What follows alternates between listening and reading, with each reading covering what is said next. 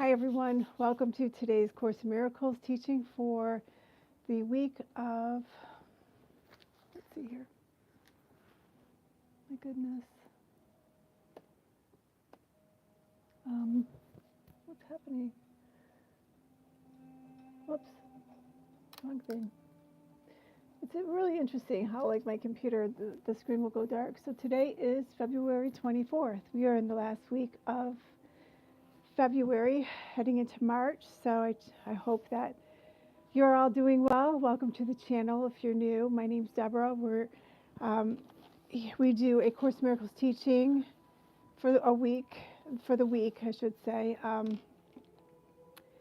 And let me turn this down. Sorry. I'm being smoked out here. I'm burning some myrrh, frankincense and myrrh. Oof. It's beautiful, but it can be a bit intense. But it's I'm just going to cleanse your area too. Thank you. So what I was saying is this is the Course in Miracles channel. We do Course in Miracles teaching weekly here.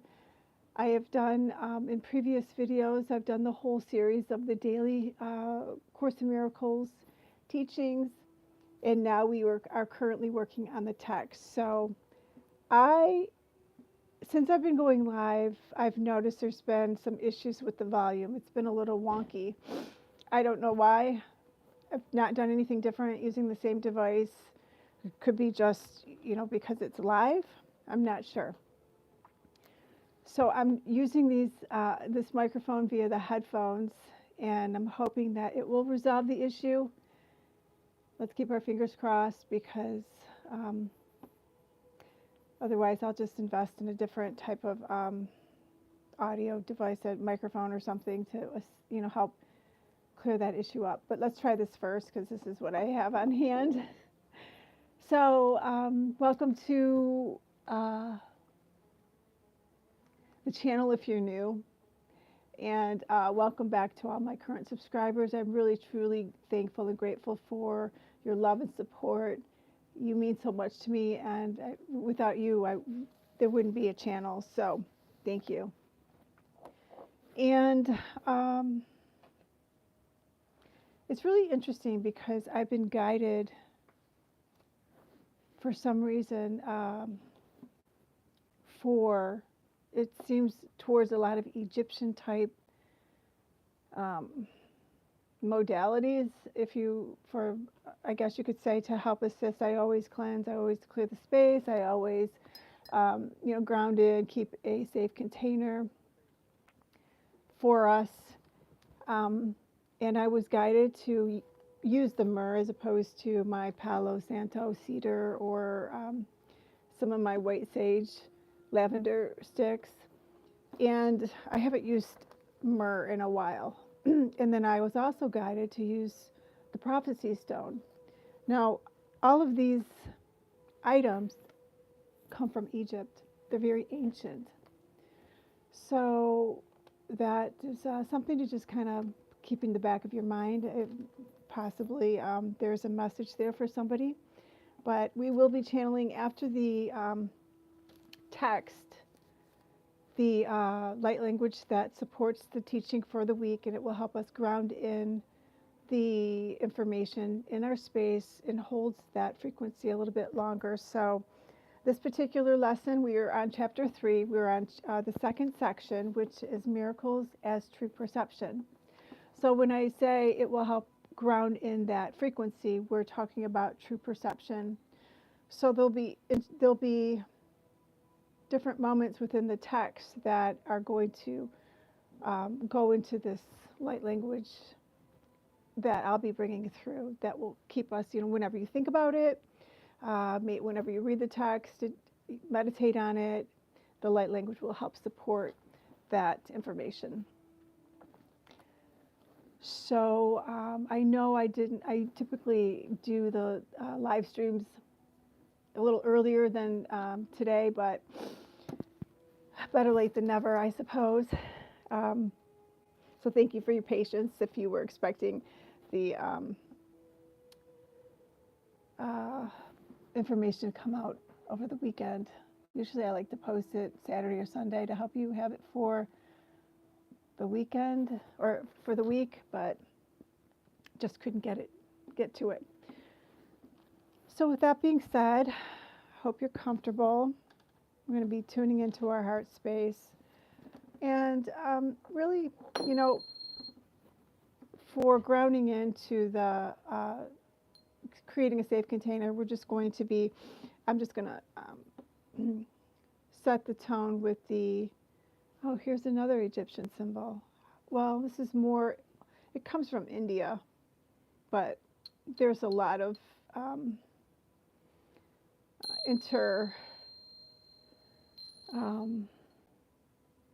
their information. India got information from Egypt. Egypt got information from India. It's kind of like I don't know how I'm trying to describe it. It's just, but nonetheless, we're going to get onto it. So I'm just going to clear the space. If you'd like to ground in, put your feet flat on the floor, connecting, sending your roots all the way down into the 5D, the crystalline heart of Mother Gaia. Taking a nice deep breath in, breathing in God, the divine, love source, whatever you'd like to refer to. And breathing out what no longer serves you. One more time.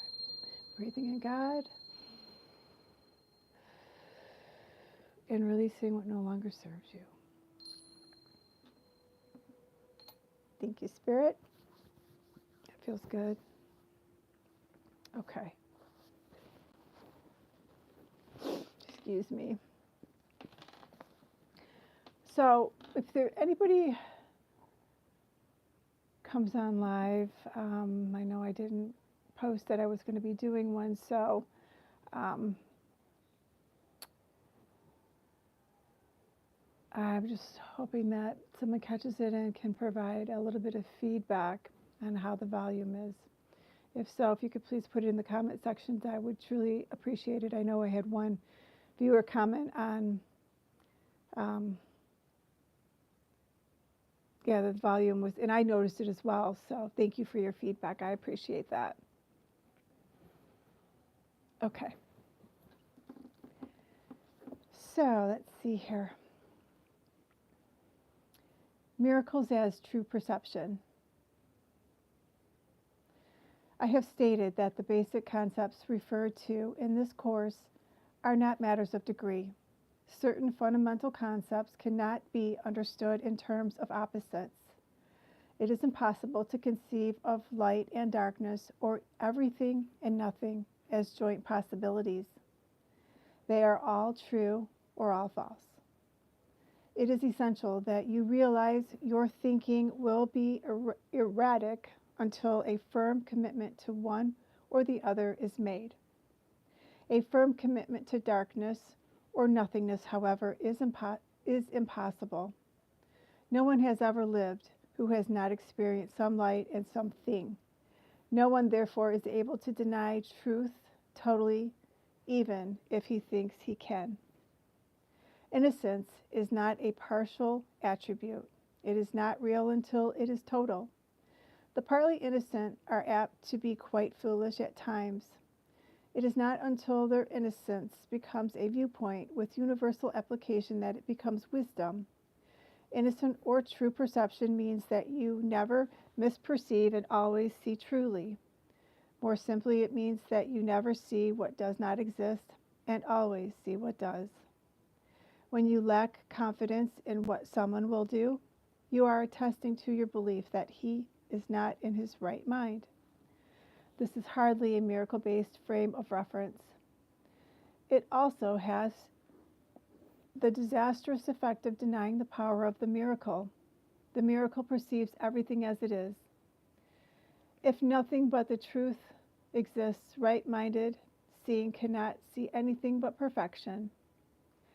I have said that only what God creates or what you create with the same will has any real existence. This, then, is all the innocent can see. They do not suffer from distorted perception. You are afraid of God's will because you have used your own mind, which He created in the likeness of His own, to miscreate. The mind can miscreate only when it believes it is not free. An imprisoned mind is not free because it is possessed or held back by itself. It is therefore limited, and the will is not free to assert itself. To be one is to be one of mind or will. When the will of the Sonship and the Father are one, the perfect accord is heaven. Nothing can prevail against a Son of God who commends his spirit into the hands of his Father. By doing this, the mind awakens from its sleep and remembers its Creator. All sense of separation disappears. The Son of God is part of the Holy Trinity, but the Trinity itself is one. There is no confusion with its levels because they are of one mind and one will. This single purpose creates perfect integration and establishes the peace of God. Yet this vision can be perceived only by the truly innocent, because their hearts are pure. The innocent defend true perception instead of defending themselves against it. Understanding the lesson of the atonement, they are without the wish to attack, and therefore they see truly. This is what the Bible means when it says, "When he shall appear or be perceived, we shall be like him, for we shall see him as he is." The way to correct distortion is to withdraw your faith in them and invest it only in what is true. You cannot make untruth true. If you are willing to accept what is true in everything you perceive, you let it be true for you. Truth overcomes all error, and those who live in error and emptiness can never find lasting solace. If you perceive truly, you are canceling out perceptions in yourself and in others simultaneously. Because you see them as they are, you offer them your acceptance of their truth so they can accept it for themselves. This is the healing that the miracle induces.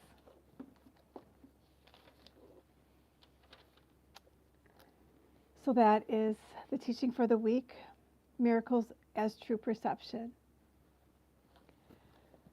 And let's see here. Ooh, that's hot.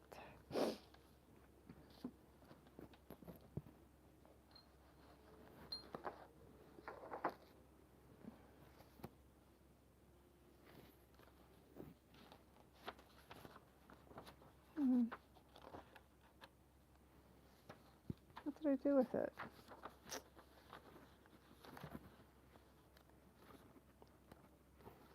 That's interesting. I'm not sure. I was looking for the commentary. Apparently, I didn't print it out. So I guess I'm not going to be doing a commentary. But I will be bringing in the light language now for the message for our teaching for the week. So if you'd just like to get grounded, tune into your heart space. Like I said, I don't know if anyone's ever seen a prophecy stone. This is what it looks like. I know I can hardly see you because I've got the sun coming in from the back here. So hopefully this is bright enough. But this is what the stone looks like, and it also comes from Egypt. It's ancient. And the prophets used these stones to help the kings in Egypt bring in their messages and interpret their dreams and help them guide them. Instead, which I find really interesting, because instead of depending on yourself to guide, they relied on other people. I don't know why I'm bringing that in, because I don't know. Let's see. I suppose, okay, Spirit, why did you want me to say that?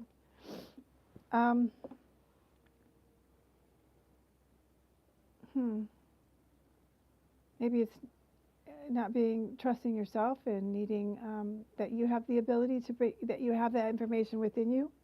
So we look outside of ourselves.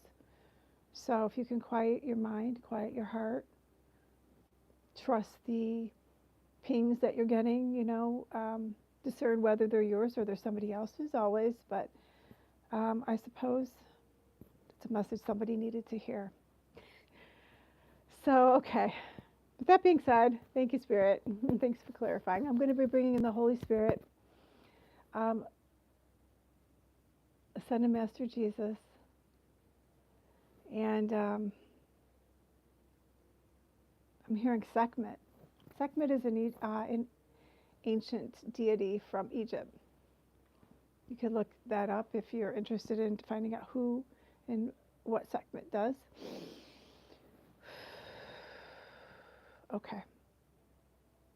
And I'm hearing El Morey. That's another, I think that's an also Egypt deity. Okay, I'm hoping you can hear me. I'm keeping my fingers crossed. Oh, it's really awkward. I feel a little off, discombobulated with these headphones, but well, I'm hoping it will resolve the issue. Okay. Thank you, Spirit. Bring in the highest vibration that's for the collective to help discern the message that we did for true perception for this week's teaching.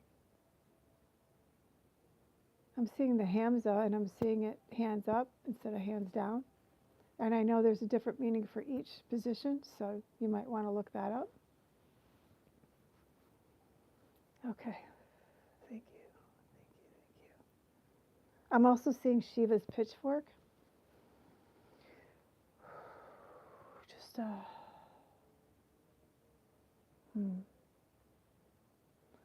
O eko wa jakata oko eko pa oko wa o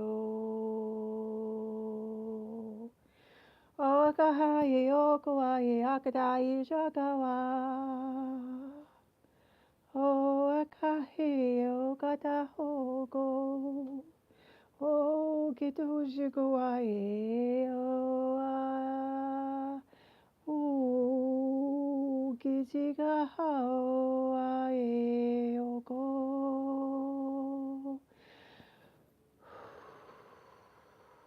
Hijagoti okopa ishikiti te owakaheti okopa iti uchukutu ukupa ishikata okati okuti Ushikaba ishikaba upakatati itititi utukuti tutu ukata tatakatata ushukututu pahiti Pahiti ujuku tu ujuku ukuti u.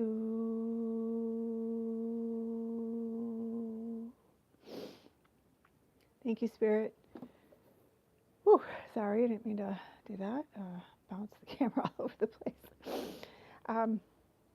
Interesting how during the light language I was getting